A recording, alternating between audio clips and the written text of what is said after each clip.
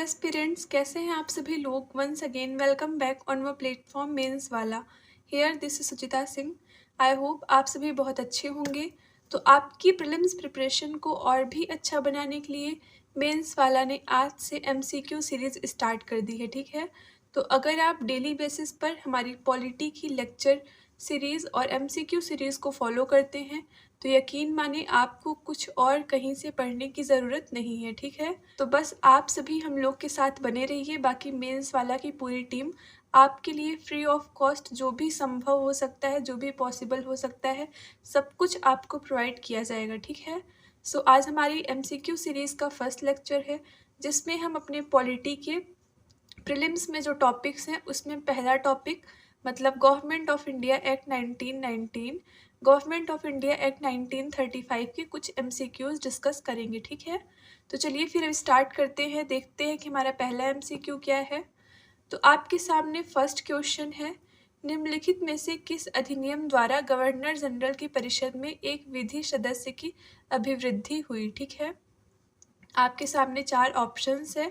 पहला option charter act 1833, दूसरा option Bharat परिषद अधिनियम 1861 मतलब इंडियन काउंसिल एक्ट, तीसरा ऑप्शन मॉन्टेग्यू चेम्सफोर्ड सुधार अधिनियम 1919 और फिर चौथा ऑप्शन भारत सरकार अधिनियम 1935। ठीक है, अब देखिए यहाँ पर पूछा जा रहा है कि गवर्नर जनरल में एक और सदस्य की अभिवृद्धि मतलब एक न्यू मेंबर को कब ऐड किया गया। ठीक है, तो आप सभी ने पढ़ा था 1773 के रेगुलेटिंग एक्ट में कि एक गवर्नर जनरल की काउंसिल परिषद का गठन किया गया। ठीक है, जिसमें 4 मेंबर्स होते थे, 4 सदस्य होते थे।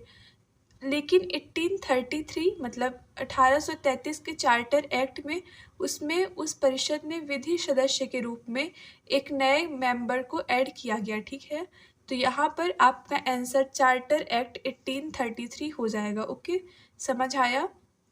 मतलब चार्टर एक्ट 1833 में गवर्नर जनरल की जो परिषद है, जो गवर्नर जनरल की काउंसिल है, उसमें विधि सदस्य के रूप में एक नए मेंबर को ऐड किया गया। ठीक है, और आप सभी को याद होगा कि 1833 के चार्टर एक्ट के अंतर्गत ही मैकाले के द्वारा विधि आयोग की स्थापना की गई। ठीक है, तो ऐसे कुछ फैक्ट्स हैं, आप ज़रूर याद रखें।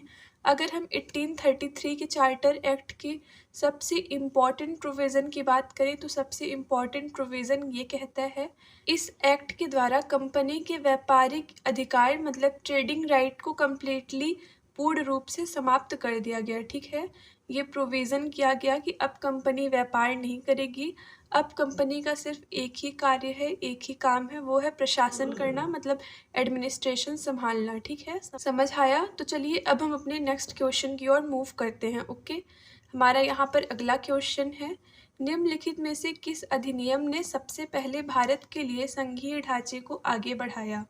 मतलब फेडरल सिस्टम की यहाँ पर बात की जा रही है कि फेडरल सिस्टम को हमारे भारत में सबसे पहली बार कब इंट्रोड्यूस किया गया। ठीक है, तो आपके सामने ऑप्शन है 1909 का अधिनियम, 1919 का अधिनियम, 1935 का अधिनियम या फिर इनमें से कोई नहीं मतलब none of the above. Okay, तो यहाँ पर आपसे पूछा जा रहा है संघीय तंत्र। तो पहले आप समझे कि संघीय तंत्र का मतलब क्या है। ठीक है, अगर हम संघ राज्य की बात करें, यूनियन स्टेट की बात करें, आपने नाम तो सुना होगा। तो बेसिकली यहाँ पर 3 तरह से शासन व्यवस्थाएं चलती हैं। ठीक है, पहला संघीय शासन व्यवस्था, दूसरा परिसंघीय शासन व्यवस्था और तीसरा एकात्मक शासन व्यवस्था। ओके, अगर हम संघीय शासन व्यवस्था की बात करें तो संघीय शासन व्यवस्था में केंद्र और राज्यों के बीच शक्तियों का विभाजन किया जाता है। ठीक है, मतलब कुछ शक्तियाँ केंद्र में निहित होती हैं, कुछ शक्तियाँ कुछ पावर्स राज्यों के पास होती हैं। ठीक है, तो ये शासन व्यवस्था, ये प्रणाली आपकी संघीय प्रणाली कहलाती है। ठीक है, ऐसा सेम मतलब ऐसा रूल आपको कनाडा में देखने को मिल जाता है। ओके, फिर उसके बाद हमारा दूसरा है परिसंघीय शासन व्यवस्था। परिसंघी या फिर को फेडरल में केंद्र और राज्य दो अलग अलग यूनिट की तरह कार्य करते हैं। ठीक है, मतलब इनके बीच पावर्स का सेपरेशन, शक्तियों का विभाजन नहीं होता है। ठीक है, इसका बेस्ट एग्जाम्पल आपको यूएसए में देखने को मिलेगा। इसीलिए यूएसए में दोहरी नागरिकता मतलब डुअल सिटीजनशिप अपनाई गई है। ठीक है, दोहरी नागरिकता का मतलब ये समझे कि अगर आप यूएसए में रहते हैं तो आपको दो तरह की नागरिकता चाहिए, ठीक है। पहला राज्य की अलग नागरिकता है और दूसरा केंद्र की अलग नागरिकता है, ठीक है। अगर हम यही भारत की बात करें तो भारत में सिर्फ एकल नागरिकता मतलब सिंगल सिटीजनशिप अपनाई गई है। भारत में आप किसी भी राज्य के हों, बस आपके पास भारत की नागरिकता होनी चाहिए, ओके। फिर उसके बाद हमारा थर्ड है एकात्मक शासन व्यवस्था, जिसमें कि सिर्फ केंद्र प्रमुख होता है, मतलब सारी शक्तियाँ सारी पावर्स केंद्र के पास होती हैं। इसमें राज्यों का कोई भी अस्तित्व लगभग ना के बराबर रहता है, ठीक है। इसका बेस्ट एग्जाम्पल आपको ब्रिटेन में देखने को मिलेगा, ओके। तो आपसे क्वेश्चन में यही पूछा जा रहा है कि संघीय तंत्र मतलब ऐसा रूल कब लाया गया जब केंद्र और राज्य के बीच प्रॉपर शक्तियों का विभाजन मतलब पावर्स ऑफ सेपरेशन हुआ, ठीक है। तो आई होप कि अब आपके माइंड में आंसर क्लिक कर गया हो। आप सभी ने पढ़ा था कि 1935 के एक्ट में पावर्स का सेपरेशन हुआ, ठीक है। केंद्र और राज्यों के बीच शक्तियों का विभाजन किया गया, okay. So here our C option is correct, 1935 का भारत शासन अधिनियम, ओके। तो आई होप आपको ये दो क्वेश्चन समझ में आ गए होंगे। चलिए हम अपने थर्ड क्वेश्चन की ओर आगे बढ़ते हैं, ठीक है।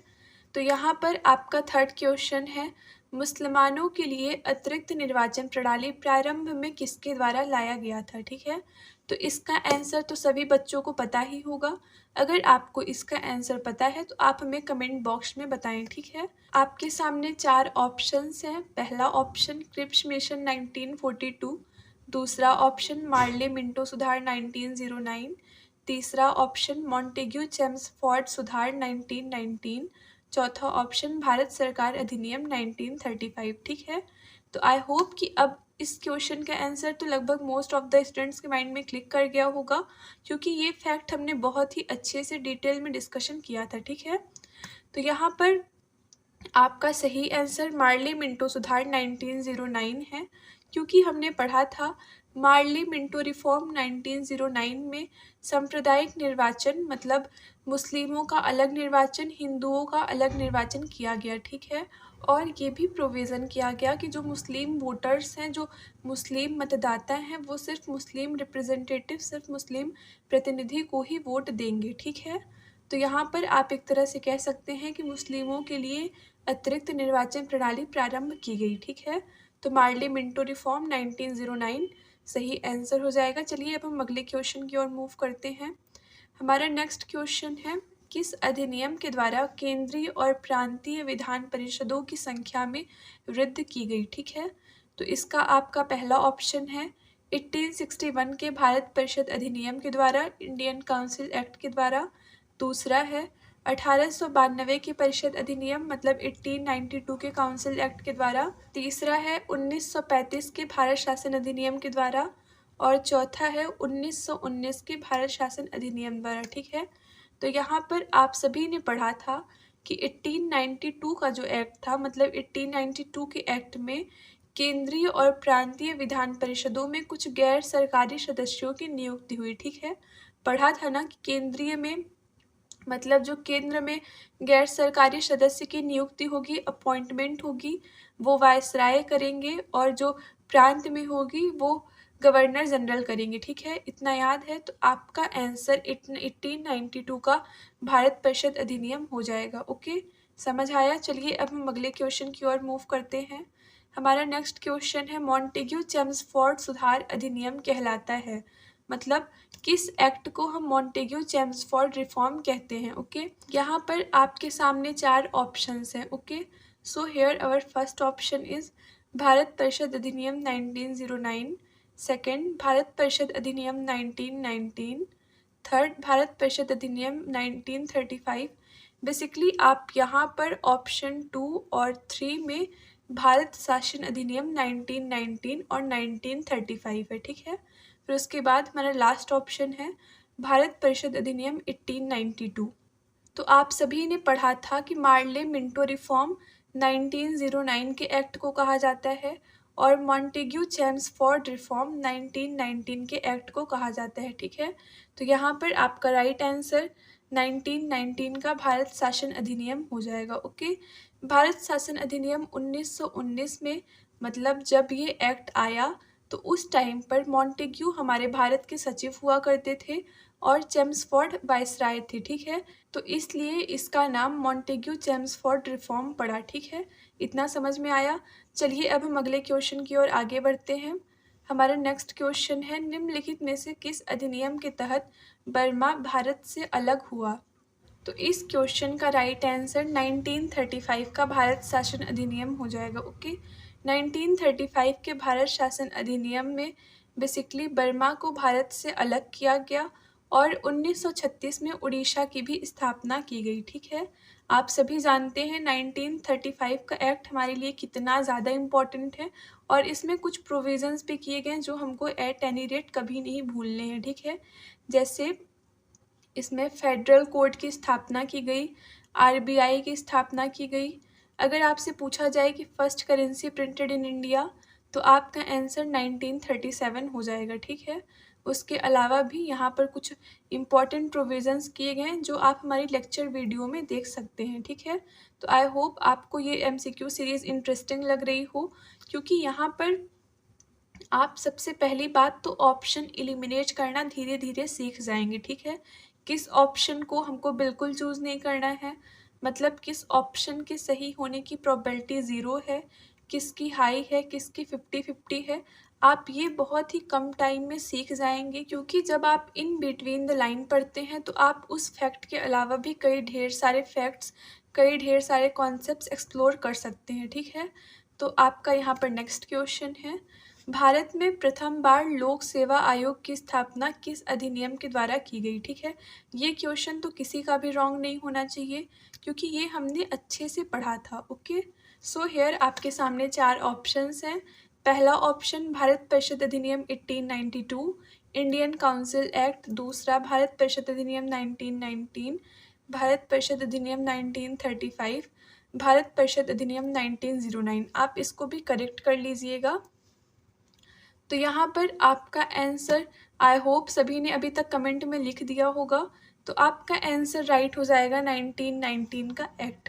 इस एक्ट के अंतर्गत ही ली आयोग ने लोक सेवा आयोग के गठन की सिफारिश की, ठीक है। तो अब आपका काम ये है कि आप बताएं कि लोक सेवा आयोग का गठन कब किया गया, मतलब इस एक्ट के अंतर्गत तो किया गया, मगर किस ईयर में किया गया ये आप सभी बताएंगे, ठीक है। तो चलिए फिर फटाफट आप सभी बता दें। हमारा नेक्स्ट क्वेश्चन है, निम्नलिखित में से किसको भारत का सूक्ष्म संविधान कहा जाता है?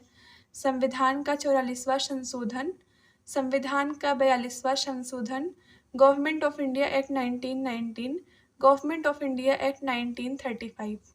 तो यहाँ पर आपका राइट आंसर ऑप्शन बी, मतलब संविधान का 42वां संशोधन हो जाएगा, ठीक है। इस संशोधन के द्वारा हमारे कॉन्स्टिट्यूशन में बहुत से न्यू प्रोविजंस ऐड किए गए, इसलिए इसको मिनी कॉन्स्टिट्यूशन भी कहा जाता है। ओके, सो हेयर बेसिकली ये कोई क्वेश्चन नहीं है, ये आपके लिए एक बहुत ही ज़रूरी इंफॉर्मेशन है, ठीक है। यहाँ पर आपको मेंस वाला की तरफ से पूरी करंट अफेयर्स की सीरीज़ सिर्फ 49 रुपीज़ पर प्रोवाइड की जा रही है, ठीक है। यहाँ पर इंटरनेशनल, नेशनल जितने भी करंट अफेयर्स हैं सब आपको दिए जाएंगे और साथ ही सब टॉपिक वाइज रहेंगे। मतलब आप कह सकते हैं कि जितना बेस्ट आप कंटेंट ढूंढ रहे हैं सब कुछ यहाँ पर आपको मिलेगा, ठीक है। तो आप इसे एक बार हमारे एप्लीकेशन मेंस वाला पर ज़रूर विजिट करें, ठीक है। तो चलिए हम अपने क्वेश्चन की ओर आगे बढ़ते हैं। हमारा नेक्स्ट क्वेश्चन है, भारत में किस एक अधिनियम के अंतर्गत अंग्रेज़ों ने भारत में पहली बार सांप्रदायिक निर्वाचन प्रणाली का आरंभ किया? ये हमने अभी ही डिस्कस किया कि सांप्रदायिक निर्वाचन प्रणाली मतलब मुस्लिम्स और हिंदू के लिए अलग अलग निर्वाचन। तो यहाँ पर आपका राइट आंसर ऑप्शन सी, मतलब भारत परिषद अधिनियम 1909 हो जाएगा, ठीक है। सो हमारा नेक्स्ट क्वेश्चन है, उत्तरदायी सरकार का गठन किस अधिनियम पर आधारित है? हालांकि ये इतना इम्पॉर्टेंट नहीं है, मगर आपका आंसर ऑप्शन ए, मतलब 1935 का भारत शासन अधिनियम हो जाएगा, ठीक है। तो चलिए फिर अब हम आगे बढ़ते हैं। हमारा नेक्स्ट क्वेश्चन है, निम्नलिखित में से किस एक अधिनियम के द्वारा भारत में संघीय न्यायालय की स्थापना की गई? आपके सामने 4 ऑप्शंस हैं, भारत परिषद अधिनियम 1861, भारत सरकार अधिनियम 1909, भारत सरकार अधिनियम 1919 और उपयुक्त में से कोई नहीं, ठीक है, मतलब नॉन ऑफ द अबव। यहाँ पर आपका right answer none of the above हो जाएगा, ठीक है, क्योंकि आप सभी ने पढ़ा था संघीय न्यायालय मतलब फेडरल कोर्ट की स्थापना 1935 के अधिनियम के अंतर्गत 1937 में हुई, ठीक है। अब आपका काम ये है कि आप बताएं कि उस फेडरल कोर्ट के पहले मुख्य न्यायाधीश फर्स्ट चीफ जस्टिस कौन थे, ठीक है। तो आप सभी कमेंट करके बताएं, तब तक हम अपने अगले क्वेश्चंस को देखते हैं, ठीक है। तो हमारा नेक्स्ट है, किस भारत सरकार अधिनियम के तहत पहली बार विधायिका में कुछ निर्वाचित प्रतिनिधित्व की मंजूरी दी गई। यहाँ पर सेम वही क्वेश्चन है, भले वर्ड्स अलग कर दिए हैं, मगर आपको याद रखना है कि जब मुस्लिम का अलग निर्वाचन किया गया, मतलब जब मुस्लिम्स के लिए अलग निर्वाचन, हिंदुओं के लिए अलग निर्वाचन किया गया, तो उसी एक्ट के अंतर्गत पहली बार विधायिका में कुछ निर्वाचित प्रतिनिधित्व की मंजूरी भी दी गई, ठीक है। तो यहाँ पर आपका राइट आंसर 1909 का भारत परिषद अधिनियम हो जाएगा, ओके। 1909 के भारत परिषद अधिनियम में सबसे इम्पॉर्टेंट पॉइंट आप सभी याद रखिएगा कि इसमें सांप्रदायिक निर्वाचन का प्रारंभ हुआ, और सबसे ज़रूरी बात यह है कि लॉर्ड मिंटो सांप्रदायिक निर्वाचन के जनक हैं, ठीक है, जो कि उस टाइम पर भारत के वायसराय हुआ करते थे। तो आप याद रखें कि सांप्रदायिक निर्वाचन के जनक लॉर्ड मिंटो। तो आप अभी से ही फैक्ट्स को लर्न करना स्टार्ट कर दीजिए, जिससे लास्ट तक मतलब प्रीलिम्स एग्जामिनेशन तक सारे फैक्ट्स आपके फिंगर टिप पर रहें, ठीक है। तो फिर चलिए हम आगे देखते हैं। यहाँ पर आप सभी के लिए एक और ज़रूरी इन्फॉर्मेशन है, जो हमारी प्रीलिम्स टेस्ट सीरीज़ है जो कि थोड़ा पहले लॉन्च हो चुकी है, उस पर इस टाइम पर एक कूपन कोड चल रहा है। यहाँ पर कूपन कोड लिखा हुआ है, आप इस कूपन कोड को अगर as it is prelims test series में अप्लाई करते हैं, अवेल करते हैं, तो आपको फ्लैट 50 रुपीज़ का ऑफ मिलेगा, ठीक है। अगर प्रीलिम्स टेस्ट सीरीज से रिलेटेड या फिर करंट अफेयर सीरीज से रिलेटेड आपको कोई क्वेरी है, कोई इन्फॉर्मेशन चाहिए, तो आप हमारे टेलीग्राम चैनल पर भी कांटेक्ट कर सकते हैं, okay. So let's move forward. हमारा नेक्स्ट क्वेश्चन है, भारत में सचिव का पद किसके द्वारा निर्मित किया गया था। Option, Morley Minto reform 1909, Bharat सरकार अधिनियम 1858, भारत परिषद अधिनियम 1861 और मॉन्टेग्यू चेम्सफोर्ड सुधार 1919। तो यहाँ पर आप सभी वीडियो को पॉज करें और आंसर रिकॉल करने की कोशिश करें, ठीक है। तो यहाँ पर आपका राइट आंसर भारत सरकार अधिनियम 1858 हो जाएगा, ओके। इस अधिनियम के अंतर्गत भारत में सचिव पद का सृजन किया गया। इसका निर्णय अंतिम होता था, कोई इसकी बात को टाल नहीं सकता था, ओके। समझ आया, चलिए आगे बढ़ते हैं। हमारा नेक्स्ट क्वेश्चन है, संविधान की कई प्रमुख विशेषताएं जैसे कि संघीय संरचना, प्रांतीय स्वायत्तता, शक्तियों को अलग करने का सिद्धांत कहाँ से लिया गया था, ठीक है। अब देखिए, हमने पहले ही डिस्कस किया संघीय संरचना क्या है, तो आप उस क्वेश्चन के थ्रू इस क्वेश्चन में बहुत ही अच्छे से ऑप्शन एलिमिनेट कर सकते हैं, ठीक है, क्योंकि हमने पढ़ा था संघीय संरचना में शक्तियों का विभाजन किया जाता है, ओके। आपको याद होगा, तो जब यहाँ पर शक्तियों का विभाजन भी आ गया, संघीय संरचना भी आ गई और प्रांतीय स्वायत्तता भी आ गया, ठीक है। तो आपका राइट आंसर 1935 का भारत शासन अधिनियम हो जाएगा, ठीक है। इस एक्ट में ही प्रांतीय स्वायत्तता मतलब end of dyarchy rule in provinces, संघीय संरचना फेडरल सिस्टम, शक्तियों को अलग करना सिद्धांत मतलब सेपरेशन ऑफ पावर्स लाया गया, ठीक है। तो आप सभी इस तरह से क्वेश्चंस को थोड़ा एक्सप्लोर करें, मतलब एक क्वेश्चन में सिर्फ आपको एक फैक्ट ही नहीं मिलता है, ओके। आप अगर हर ऑप्शन को पढ़ें, क्वेश्चन को ध्यान से पढ़ें, तो आपको एक ही क्वेश्चन में कई ढेर सारे फैक्ट मिल जाते हैं, ठीक है।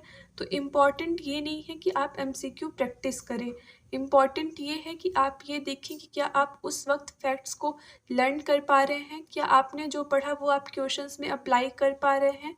मेन इम्पॉर्टेंट ये है, ठीक है। तो आप इस तरह से यहाँ पर प्रैक्टिस कर सकते हैं, okay. So here our next question is, 1919 अधिनियम की मुख्य विशेषता क्या है, मतलब 1919 का जो मॉन्टेग्यू चेम्सफोर्ड रिफॉर्म था उसकी मुख्य विशेषता मतलब मेन फीचर क्या है। ऑप्शंस हैं, उत्तरदायी शासन, प्रांतों में दोहरा शासन, शक्तियों का विभाजन और प्रांतीय स्वायत्तता, ठीक है। अब यहाँ पर आप ऑप्शंस को एलिमिनेट करें, तो यहाँ पर ऑप्शन बी और ऑप्शन डी में दो अपोजिट चीज़ें लिखी हुई है, ठीक है। पहला प्रांतों में दोहरा शासन मतलब डायआर्की रूल इन प्रोविंसेस, और दूसरा प्रांतीय स्वायत्ता मतलब end of dyarchy rule in provinces. तो दोनों तो पॉसिबल नहीं है, मतलब आंसर इन दोनों में से ही कोई होगा, ठीक है। अब आपने जस्ट प्रीवियस क्वेश्चन में ही पढ़ा था कि प्रांतीय स्वायत्ता 1935 के अधिनियम में आई, ठीक है। तो आपके यहाँ पर तीन ऑप्शंस तो ईजिली एलिमिनेट हो गए कि उत्तरदायी शासन शक्तियों का विभाजन तो होगा नहीं, और ऑप्शन बी और डी में दो अपोजिट चीज़ें लिखी हुई हैं, ठीक है।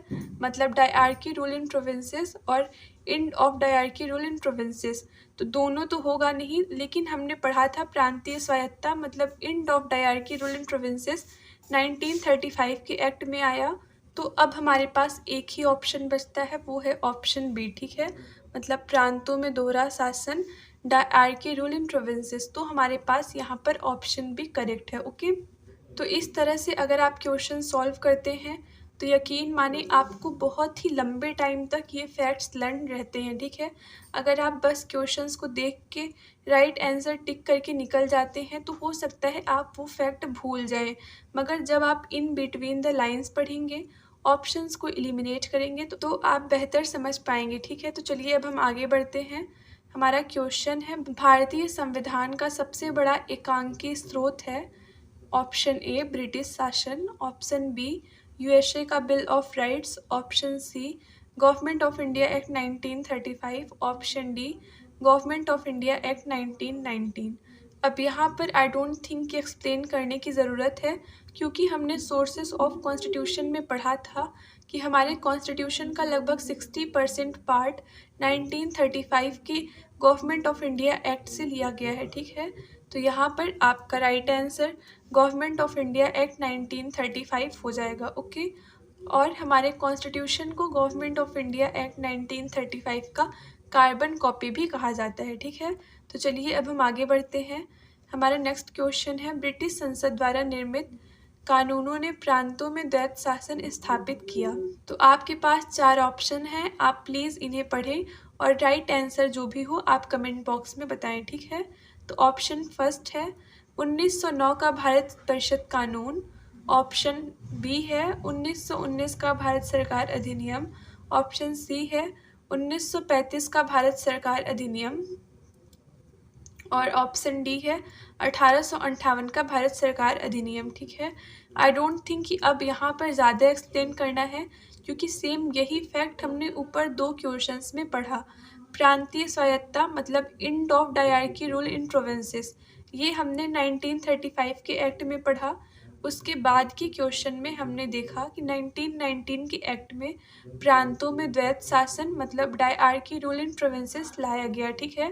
तो इसका आंसर 1919 का भारत शासन अधिनियम हो जाएगा, ओके। तो चलिए अब आगे बढ़ते हैं। हमारा नेक्स्ट क्वेश्चन है, निम्नलिखित में से कौन से अधिनियम के द्वारा केंद्र और राज्यों के बीच विषयों का बंटवारा 3 सूची में हुआ, ठीक है। यहाँ पर आपसे पूछा जा रहा है कि केंद्र और राज्य के बीच विषयों का जो बंटवारा हुआ, जो शक्तियों का विभाजन हुआ, वो 3 सूचियों में हुआ, ठीक है। मतलब 3 सूचियाँ बनाई गई। तो ये प्रोविज़न किस एक्ट में लाया गया था, ठीक है। तो आपने पढ़ा संघीय शासन व्यवस्था में कि संघीय शासन व्यवस्था 1935 के एक्ट में लाई गई, और संघीय शासन व्यवस्था में केंद्र और राज्यों के बीच शक्तियों का बंटवारा कर दिया जाता है, ठीक है। तो यहाँ पर आपको बिल्कुल भी कंफ्यूज नहीं होना है। अगर शक्तियों का बंटवारा केंद्र और राज्य के बीच आया तो आपका आंसर डायरेक्टली भारत शासन अधिनियम 1935 हो जाएगा, ठीक है।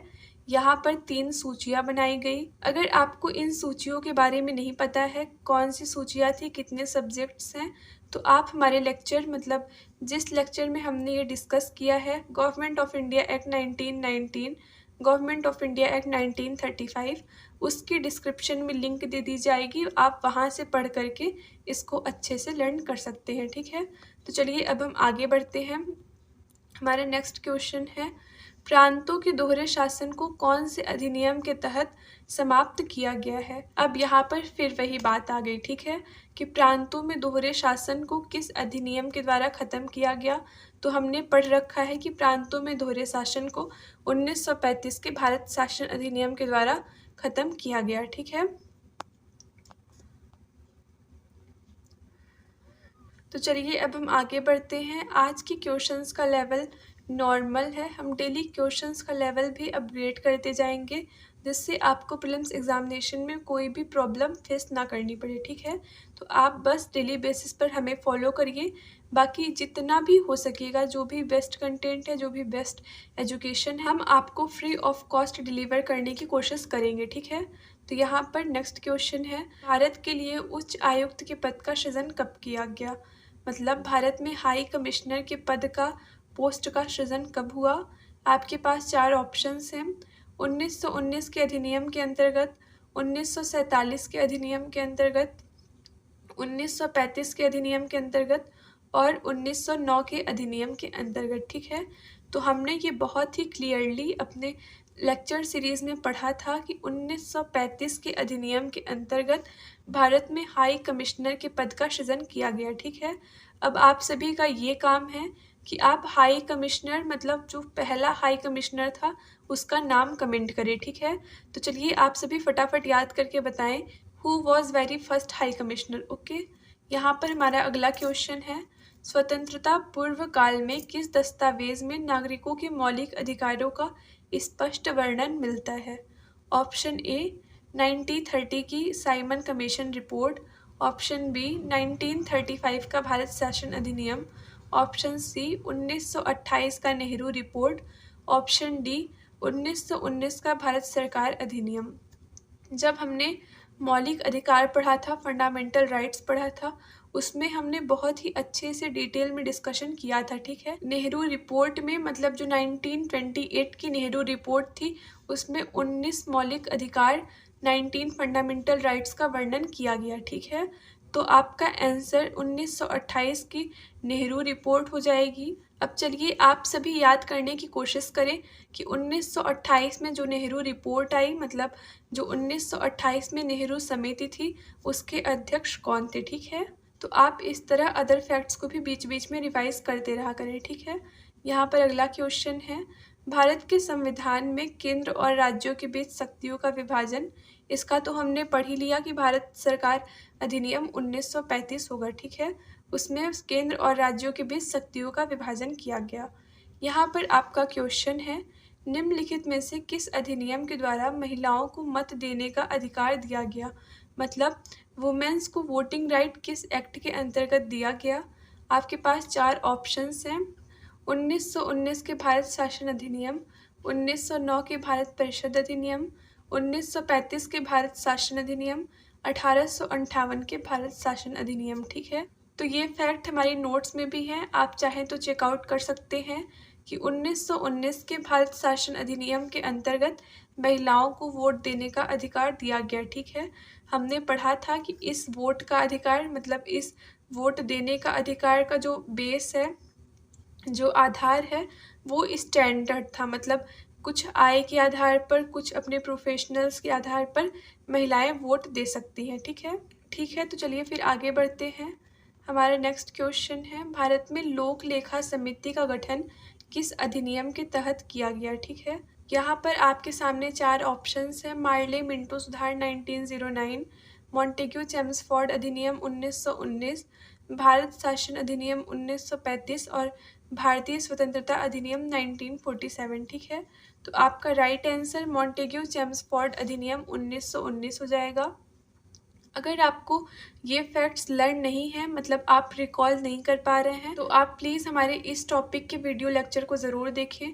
आई डोंट थिंक कि अगर आप उसको देख लेते हैं तो आपके पास कोई डाउट रहेगा। ठीक है, तो चलिए आगे बढ़ते हैं। यहाँ पर नेक्स्ट क्वेश्चन है, केंद्र में द्वैत शासन, जो कि हमने डिस्कस कर लिया कि जब प्रांतीय स्वायत्तता का अंत हुआ, मतलब जब प्रांतों में द्वैत शासन को ख़त्म किया गया, तो उसी एक्ट के अंतर्गत केंद्र में द्वैत शासन स्थापित किया गया। ठीक है, तो हमने पढ़ा कि प्रांतों में द्वैत शासन 1935 के अधिनियम के अंतर्गत समाप्त किया गया, तो आपका आंसर 1935 का भारत शासन अधिनियम हो जाएगा। ओके, ठीक है, तो फिर नेक्स्ट क्वेश्चन है, लक्षण जो 1935 के अधिनियम का तो है, किंतु 1919 के अधिनियम का नहीं है। मतलब ऐसा कोई फीचर, ऐसा कोई प्रोविज़न जो कि 1935 के एक्ट का तो है मगर 1919 के एक्ट का नहीं है। अब आप ऑप्शंस पढ़ें। भारत परिषद को बनाए रखना, पृथक निर्वाचन मंडल की समाप्ति, अखिल भारतीय संघ और केंद्रीय विधानमंडल।